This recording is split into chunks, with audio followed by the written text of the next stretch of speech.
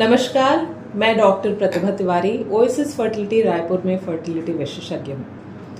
IVF के साथ होने वाले कुछ एडवांस्ड ट्रीटमेंट्स में से एक है पीजीटी यानी प्री इम्प्लांटेशन जेनेटिक टेस्टिंग, जिसे हम पहले प्री इम्प्लांटेशन जेनेटिक डायग्नोसिस यानी पीजीडी या फिर स्क्रीनिंग या पीजीएस के नाम से भी जानते थे। ये एक ऐसी पद्धति है जिसके द्वारा हम जेनेटिकली और क्रोमोसोमली नॉर्मल एम्ब्रियोज को सेलेक्ट करके एम्ब्रियो ट्रांसफ़र के लिए सेलेक्ट कर सकते हैं। ऐसे पेशेंट्स जिनमें पिछले कई आईवीएफ फेल हो चुके हों और ट्रांसफ़र के बाद भी प्रेगनेंसी नहीं हुई हो, या फिर कई मिसकैरेजेस हो रहे हों, ट्रीटमेंट के साथ भी जो प्रेगनेंसी आती है वो भी मिसकैरेज हो जाए, या फिर प्रीवियसली कोई ऐसा फैमिली में हिस्ट्री है जेनेटिक डिजीज़ की जिससे वो चाहते हैं कि उनके आने वाले बच्चे में वो जेनेटिक डिजीज़ ना हो, या फिर जैसे कि सिकल सेल डिजीज़ है, थैलेसीमिया है, हीमोफीलिया है, इस तरह की बीमारियों को अगर वो आने वाले बच्चे में नहीं चाहते हो तो वो पीजीटी का रास्ता अपना सकते हैं।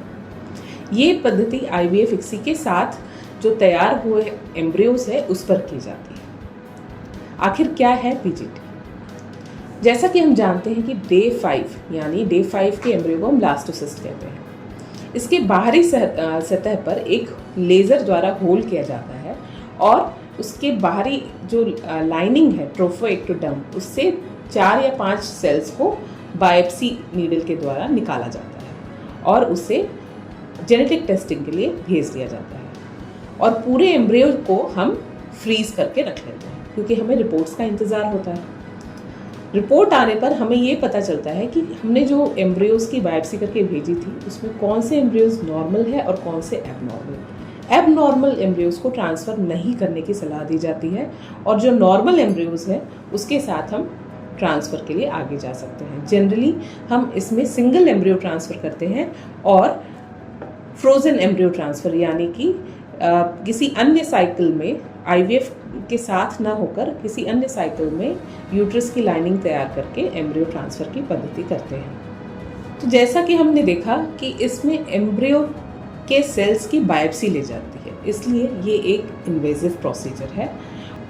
पीजीटी का एडवांटेज ये है कि आप ये जेनेटिक डिजीज़ेस तो अवॉइड करते ही हैं, साथ में जो मिसकैरेज रेट है आप में वो कम हो जाते हैं, और साथ ही आपका टाइम टू प्रेगनेंसी, क्योंकि आपको पता होता है कि कौन सा एम्ब्रियो नॉर्मल है और आप उसी के साथ ट्रांसफ़र के लिए आगे जाते हैं, इसीलिए टाइम टू प्रेगनेंसी काफ़ी कम हो जाता है।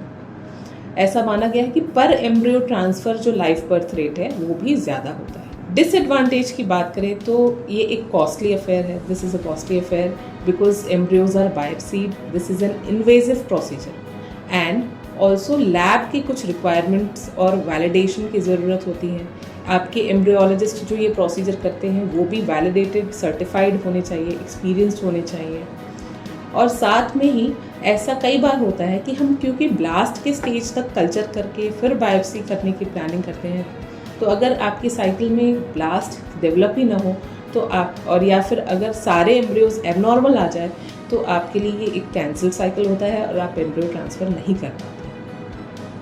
आई होप कि ये डिस्कशन आपको आगे ट्रीटमेंट्स के बारे में समझने में और डिसीजंस लेने में हेल्प करे।